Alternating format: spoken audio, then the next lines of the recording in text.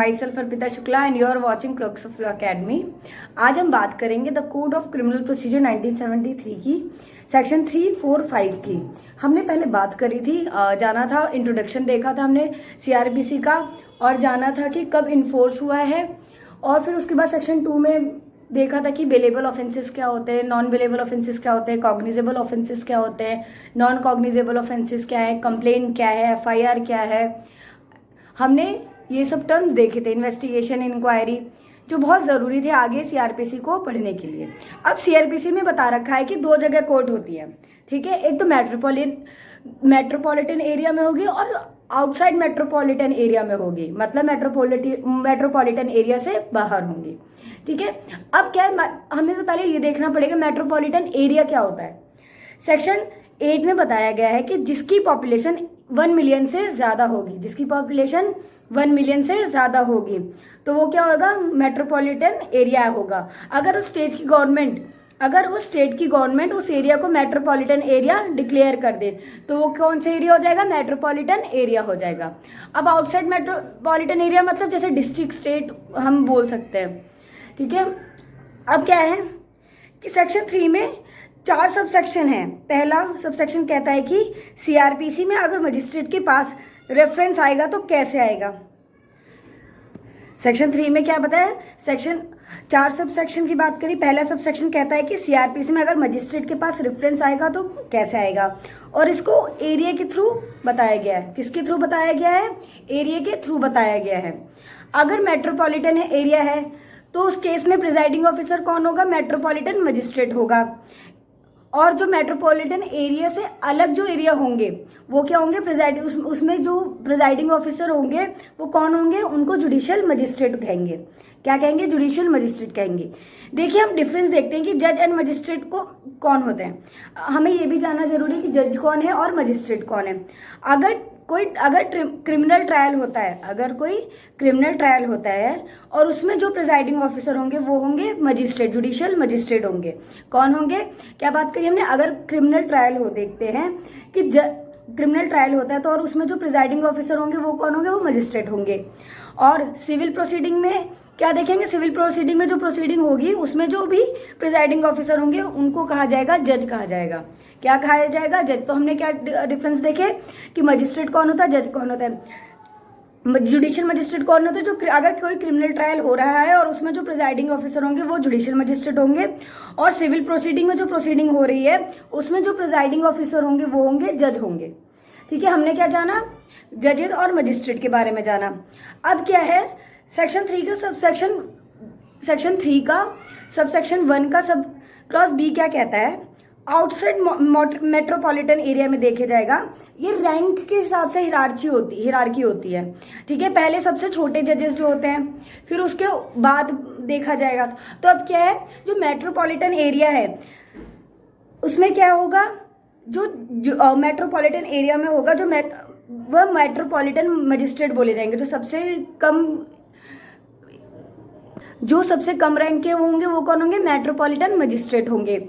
और वही अगर आउटसाइड मेट्रोपॉलिटन एरिया की बात करें तो वो कौन होंगे, जुडिशियल मजिस्ट्रेट 2nd क्लास की बात करेंगे। किसकी बात करेंगे, जुडिशियल मजिस्ट्रेट 2nd क्लास की बात करेंगे। अब जुडिशियल मजिस्ट्रेट, अब आउटसाइड मेट्रोपॉलिटन एरिया में जुडिशियल मजिस्ट्रेट 1st क्लास भी होते हैं, लेकिन जो मेट्रोपॉलिटन मजिस्ट्रेट होते हैं वहाँ पे कोई 1st और 2nd क्लास की कोई बात नहीं होती, वहाँ पे सिंपल मेट्रोपॉलिटन मजिस्ट्रेट होंगे, ठीक है। अब उसके बाद क्या है, अब मेट्रोपॉलिटन एरिया में उनसे हायर पोस्ट में कौन होगा, चीफ मेट्रोपॉलिटन मजिस्ट्रेट होंगे। कौन होंगे, चीफ मेट्रोपॉलिटन मजिस्ट्रेट। और आउटसाइड मेट्रोपॉलिटन एरिया में कौन होंगे, डिस्ट्रिक्ट में कौन होंगे, चीफ जुडिशियल मजिस्ट्रेट होंगे। इतना हमने जाना। अब क्या कहते हैं, अगर चीफ मेट्रोपॉलिटन मजिस्ट्रेट का कोर्ट है तो उसको क्या कहेंगे, कोर्ट ऑफ मेट्रोपॉलिटन मजिस्ट्रेट। क्या कहेंगे, कोर्ट ऑफ मेट्रोपॉलिटन मजिस्ट्रेट। और अगर आउटसाइड है तो वहाँ पे क्या होगा, आउटसाइड मेट्रोपॉलिटन एरिया से है तो वहाँ पे क्या कहेंगे, सीजीएम को। अगर सीजीएम की कोर्ट है तो उसे क्या कहेंगे, कोर्ट ऑफ सीजीएम कहेंगे। क्या कहेंगे, court of chief judicial magistrate कहेंगे, ठीक है। हमने डिफरेंसेस देख लिए थोड़े से। अब देखते हैं जो सेक्शन 3 का सबसेक्शन 3 है। सेक्शन 3 का सबसेक्शन 3 क्या कहता है, 1973 के कोड के आने से पहले क्या था, ये बताया गया है कि 3 क्लासेस होती हैं, जुडिशियल मजिस्ट्रेट थी और जुडिशियल मजिस्ट्रेट सेकंड क्लास थी, जुडिशियल मजिस्ट्रेट फर्स्ट क्लास थी और जुडिशियल मजिस्ट्रेट थर्ड क्लास थी। अब जुडिशियल मजिस्ट्रेट थर्ड क्लास होती थी, बट आज सिर्फ क्या है, जुडिशियल मजिस्ट्रेट फर्स्ट क्लास और सेकंड क्लास है कि क्योंकि मेट्रोपॉलिटन एरिया 1973 में नहीं था, तब हम क्या बोलते थे, प्रेसिडेंसी वोट की बात करते थे। अब क्या प्रेसिडेंसी जो मेट्रोपॉलिटन एरिया 1973 में बताया गया है उसमें कि मेट्रोपॉलिटन एरिया की बात हुई है, और इससे पहले जो प्रेसिडेंशियल एरिया हुआ करते थे वहां पर सिर्फ प्रेसिडेंसी कौन से मजिस्ट्रेट होते थे, प्रेसिडेंसी मजिस्ट्रेट हुआ करते थे 1973 के बाद। मेट्रोपॉलिटन एरिया का कॉन्सेप्ट आया है 1973 के बाद, ठीक है। अब सेक्शन 3 का सब सेक्शन 4 क्या कहता है, फंक्शन ऑफ जुडिशियल मजिस्ट्रेट और एग्जीक्यूटिव मजिस्ट्रेट की बात करता है। किसकी, फंक्शन ऑफ जुडिशियल मजिस्ट्रेट और एग्जीक्यूटिव मजिस्ट्रेट की। अब हम देखें कि भाई हमें फंक्शन ही नहीं पता कहाँ है बुक, अब हम क्या करेंगे, अपने बेरेक देखते हैं तो उसमें क्या कहाँ लिखा हुआ है फंक्शन जुडिशियल मजिस्ट्रेट और एग्जीक्यूटिव मजिस्ट्रेट के फंक्शन सेक्शन 3 के सब सेक्शन 4 में बताया है जुडिशियल मजिस्ट्रेट और एग्जीक्यूटिव मजिस्ट्रेट के फंक्शंस को। अब क्या बताया गया कि जो जुडिशियल मजिस्ट्रेट का फंक्शन क्या होता है, हमारे ट्रायल से रिलेटेड जो भी काम होंगे, जो ट्रायल से रिलेटेड जो भी वर्क हो रहा है, जैसे हमें कोई एविडेंस आया, इंक्वायरी को देखेंगे, वहाँ पे इन्वेस्टिगेशन देखेंगे, क्या पनिशमेंट हमें देनी है क्या नहीं देनी है, तो ये सब किस में आएगी, वो कौन देखता है, जुडिशियल मजिस्ट्रेट देखता है कि क्या इन्वेस्टिगेशन हुई है, क्या इंक्वायरी होनी चाहिए, क्या पनिशमेंट होगी, ये सब किस में देखा जाएगा, वो जुडिशियल मजिस्ट्रेट देखता है, ठीक है। हमने क्या जाना, जुडिशियल मजिस्ट्रेट का फंक्शन जाना। अब देखते हैं एग्जीक्यूटिव मजिस्ट्रेट कौन होते हैं। अब एग्जीक्यूटिव मजिस्ट्रेट ये वो मजिस्ट्रेट होते हैं जो एडमिनिस्ट्रेटिव और एग्जीक्यूटिव का काम करते हैं। किसके करते हैं, जो एडमिनिस्ट्रेटिव वर्क को देखते हैं और एग्जीक्यूटिव वर्क को देखते हैं। जैसे हमें लाइसेंस लेना है, अब उस लाइसेंस का इश्यू कैसे होगा और विड्रॉ कब होगा, प्रोसिक्यूशन के लिए अलाउ करना है या नहीं है, तो हम क्या देखें, अगर लाइसेंस के कोई भी केसेस आते हैं कौन देखता है, वो एग्जीक्यूटिव मजिस्ट्रेट देखता है। अब बात करते हैं सब डिविजनल मजिस्ट्रेट की, तो क्या है, जो एसडीएम होंगे वो क्या होंगे, वो एग्जीक्यूटिव मजिस्ट्रेट की कैटेगरी में आते हैं, ना कि जुडिशियल मजिस्ट्रेट की कैटेगरी में। जो एसडीएम होते हैं, जो सब डिविजनल मजिस्ट्रेट है, वो किसकी कैटेगरी में आते हैं, एग्जीक्यूटिव मजिस्ट्रेट की कैटेगरी में आते हैं, हमारे जुडिशियल मजिस्ट्रेट की कैटेगरी में नहीं आते। आज हम देखते हैं सेक्शन 4 की। सेक्शन 3, 4, 5 इंपॉर्टेंट तो नहीं है, बट हमें एक बार उसे देख लेना चाहिए कि क्योंकि आगे ये हमें काम आ सकती है। अब सेक्शन 4 क्या कहता है क्रिमिनल प्रोसीजर कोड क्या प्रोसीडिंग करेगा। जो हमारा सेक्शन 4 कहता है वो कहता है जो क्रिमिनल प्रोसीजर कोड क्या प्रोसीडिंग करेगा। अब क्रिमिनल प्रोसीजर कोड उन अपराधों, उन ऑफेंसेस की प्रोसीडिंग करेगा जो हमारे इंडियन पेनल कोड पे बताए गए, जो हमारे आईपीसी मैं बात करी थी कि सब्सटेंटिव लॉ होते हैं, कौन से लॉ होते हैं, आईपीसी होता है substantive law, Hindu marriage act हो गया। तो वहां पे क्या है, जो आईपीसी में जो भी हमारी लाइबिलिटीज हैं, जो भी ऑफेंसेस हैं, वो कौन करेगा, वो उसमें जो भी ऑफेंसेस हैं, कोई भी जो भी एक्ट है, उसकी जो प्रोसीडिंग है वो किस में होगी, वो क्रिमिनल प्रोसीजर कोड में होगी, ठीक है। अब बताया था पहले कि जैसे हमने सब्सटेंटिव लॉ तो बता ही था, आईपीसी है। अब क्या है कि जैसे आईपीसी में कोई ऑफेंस हो रहा है, थेफ्ट हो गया, अब थेफ्ट कहाँ होगा, थेफ्ट की प्रोसीडिंग कैसे, भाई अरेस्ट कब होगा, ट्रायल कैसे चलेगा, किसी ने किसी का मर्डर कर दिया आईपीसी में, तो अब आईपीसी में क्या है, उसमें ट्रायल होगा, भाई वो जेल, वो उसकी एविडेंस आएंगे, एविडेंस के बाद हमारा पूरा ट्रायल चलेगा, ट्रायल के बाद हमारी इंक्वायरी होगी, हमारा ट्रायल चलेगा, सब कुछ देखा जाएगा ना। वो किस में देखा जाएगा, वो सीआरपीसी के प्रोसीजर जैसे बताया गया उसी प्रोसीजर को फॉलो करेगा, ओके। और फिर डिसाइड करेंगे कि प्रोसीडिंग कैसे चलेंगी और डिसीजन कैसे होगा। अब सेक्शन 4 का सब सेक्शन 2 क्या कहता है, आईपीसी के अलावा अगर कोई भी लॉ है जहां पर ऑफेंसेस बताए गए हैं, क्या बताए गए हैं, आईपीसी के अलावा अगर कोई भी लॉ है जहां पे ऑफेंसेस, जैसे एनडीपीएस एक्ट हो गया, पोस्को एक्ट हो गया, ठीक है, ये सारे एक्ट में भी जो भी ऑफेंसेस है वो सीआरपीसी के अकॉर्डिंग चलेंगे, जैसे इन्वेस्टिगेशन, इंक्वायरी। बट यहाँ पर कोई स्पेशल लॉ है, अगर क्या है, अगर स्पेशल लॉ है जिसमें बताया गया है कि इस पर्टिकुलर ऑफेंस के लिए ये पर्टिकुलर इन्वेस्टिगेशन ही चलेगी, अगर किसी स्पेशल लॉ में किसी अदर लॉ में बताया गया कि भाई ये स्पेशल प्रोसीजर ऐसे ही चलेगा, और मतलब जो इस लॉ में बताया, इस प्रोविजन में बताया गया, तो उसी हिसाब से क्या होगा, ये पर्टिकुलर इन्वेस्टिगेशन चलेगी, जैसे हमने बात करी, तो उसी पर्टिकुलर मैनर में हमारा क्या प्रोसीडिंग चलेगी, हमारा काम होगा, उसी मैनर में काम होगा। तो उस पर्टिकुलर वे में काम होने के बाद क्या होगा, सीआरपीसी कि जो प्रोविज़न है वहाँ पे क्या होंगे, अप्लाई नहीं। अगर ये बोल दे कि भाई यहाँ पे सिर्फ इसी जो इस प्रोविज़न में लिखा है सिर्फ यही लॉ अप्लाई होगा, इसी हिसाब से प्रोसीडिंग होगी, इन्वेस्टिगेशन होगी, ट्रायल होगी, तो वहाँ पे सीआरपीसी एप्लीकेबल नहीं होगा। ठीक है, इतना समझ में आ गया। सीआरपीसी के प्रोविज़न क्या है, और subject to the enactment. Okay, और अगर कहीं वहाँ उन पॉस्को, जैसे पॉस्को एक्ट हो गया, उसमें बताया गया है कि हाँ भाई यहाँ पे सीआरपीसी के प्रोविज़न, यहाँ पे सीआरपीसी की प्रोसीडिंग्स यहाँ पे एप्लीकेबल होंगी, तो वहाँ पे तब एप्लीकेबल होंगी सीआरपीसी की प्रोसीडिंग्स, वहाँ पे तब एप्लीकेबल होंगी। अब देखते हैं हम सेक्शन 5 में। सेक्शन 5 में कहा है, सेक्शन 5 में कहा है कि जो भी इस कोड में सीआरपीसी में दिया गया है तो वो इफेक्ट नहीं आएगा।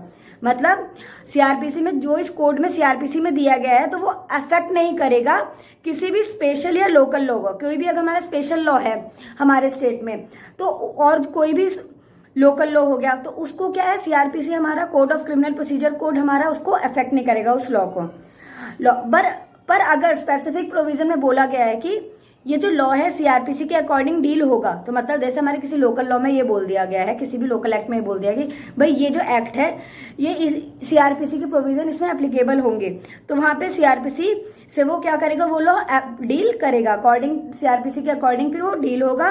जैसे हम कोई भी एक्ट ले लेते हैं, जैसे पॉस्को एक्ट है, एनडीपीएस एक्ट है, तो इन एक्ट में क्या, नेगोशिएबल इंस्ट्रूमेंट एक्ट है, तो इसमें क्या प्रोविजन में लिख रखा है कि सीआरपीसी से डील होगा तो तभी सीआरपीसी अप्लाई होगा, वरना उस लॉ के प्रोविजन सीआरपीसी के प्रोविजन उस लॉ के प्रोविजन को जो सीआरपीसी के प्रोविजन क्या नहीं करेंगे, अफेक्ट नहीं करेंगे, कोई भी अफेक्ट नहीं करेंगे। जैसे हम नेगोशिएबल इंस्ट्रूमेंट का एग्जांपल ले लेते हैं, तो वहाँ पे क्या है, जैसे बताया गया कि ऐसी इंक्वायरी होगी, अगर चेक बाउंस होता तो क्या कैसे होगा, कैसे इंक्वायरी होगी, तो कैसे प्रोसीडिंग फाइल होंगी, तो उस हिसाब से मतलब जो नेगोशिएबल इंस्ट्रूमेंट में बताया गया है कि इसी हिसाब से प्रोसीडिंग फाइल होंगी, तो वहाँ पे क्या होगा, सीआरपीसी एप्लीकेबल नहीं होगा। बट अगर वहाँ पे लिखा होता कि ये जो सीआरपीसी वहाँ पे अगर लिखा होता कि भाई ये लॉ सीआरपीसी में एप्लीकेबल होगा, ये सीआरपीसी यहाँ पे एप्लीकेबल होगी, नेगोशिएबल इंस्ट्रूमेंट एक्ट में जो सीआरपीसी के प्रोविजन है एप्लीकेबल होंगे, तो वहाँ पे क्या होता, सीआरपीसी एप्लीकेबल होता।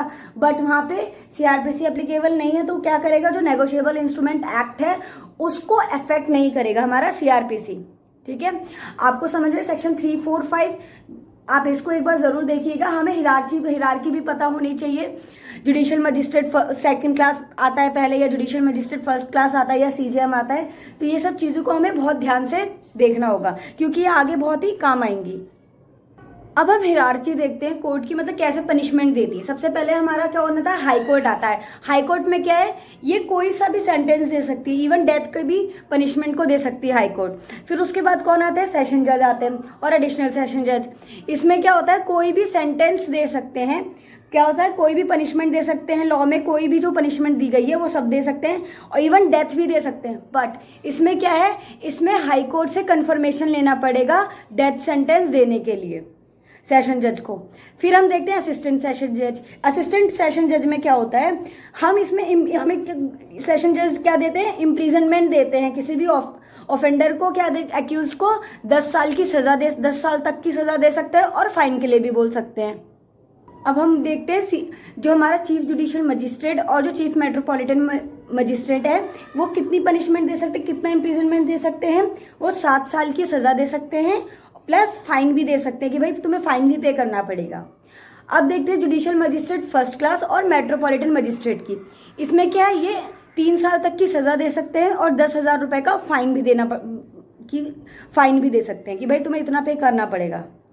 अब 6 पॉइंट देखते हैं जो बात करता है जुडिशियल मजिस्ट्रेट सेकंड क्लास की, स्पेशल जुडिशियल मजिस्ट्रेट की और स्पेशल मजिस्ट्रेट की। अब ये कितनी पनिशमेंट दे सकते हैं, ये 1 साल की इम्प्रिजनमेंट दे सकते हैं और 5,000 रुपए फाइन दे सकते हैं। ठीक है, हमने जाना हिरार्की के हिसाब से कि कौन कितनी पनिशमेंट दे सकता है, कौन कितना फाइन दे सकता है। हमने क्या जाना, हमने जाना कि कैसे कोर्ट को रेफरेंस जाएगा, किस कोर्ट में जाएगा, मेट्रोपॉलिटन एरिया में जाएगा।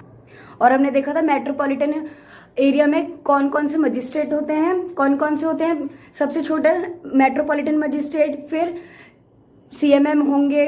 और हमने उसमें क्या, अदर देन मेट्रोपॉलिटन एरिया में हमने क्या देखा था, जुडिशियल मजिस्ट्रेट सेकंड क्लास होंगे, फिर उसके बाद जुडिशियल मजिस्ट्रेट फर्स्ट क्लास आते हैं, फिर उसके बाद कौन आते हैं, चीफ जुडिशियल मजिस्ट्रेट आते हैं। और हमने फिर उसके बाद क्या जाना, हमने जाना है कि कोर्ट कौन कौन सी कोर्ट क्या क्या पनिशमेंट दे सकती है। ठीक है, हाई कोर्ट के बारे में जाना कि वो कैसी भी पनिशमेंट दे सकती है, इवन डेथ पनिशमेंट भी दे सकती है। असिस्टेंट सेशन जज और एडिशनल सेशन जज में जाना था कि जो पनिशमेंट है वो डेथ की भी दे सकते हैं, लेकिन उसमें हाई कोर्ट का क्या होना चाहिए, कंफर्मेशन होना चाहिए, वो बहुत जरूरी है। फिर हमने जाना जुडिशियल मजिस्ट्रेट फिर हमने जाना सेशन जजेस, जो हमारे असिस्टेंट सेशन जज है वो 10 साल की पनिशमेंट दे सकते हैं, 10 साल तक की पनिशमेंट दे सकते हैं और फाइन दे सकते हैं। और जो हमारे फिर उसके बाद हमारे चीफ जुडिशियल मजिस्ट्रेट और चीफ मेट्रोपॉलिटन मजिस्ट्रेट आते हैं, जो क्या करते हैं 7 साल तक की सजा दे सकते हैं और फाइन लगा सकते हैं। और उसके बाद जुडिशियल मजिस्ट्रेट फर्स्ट क्लास आते हैं, फिर मेट्रोपॉलिटन मजिस्ट्रेट आते हैं, वो क्या कर सकते हैं 3 साल तक की इम्प्रिजनमेंट दे सकते हैं और क्या 10,000 रुपए फाइन लगा सकते हैं आपके पास। और judicial magistrate second class judicial magistrate और स्पेशल मजिस्ट्रेट क्या कर सकते हैं 1 साल तक का आपको इम्प्रिजनमेंट दे सकते हैं और 5,000 रुपए फाइन दे सकते हैं। आई होप आपको हमारी आज की वीडियो पसंद आई होगी। So please like and subscribe our channel. Thank you so much.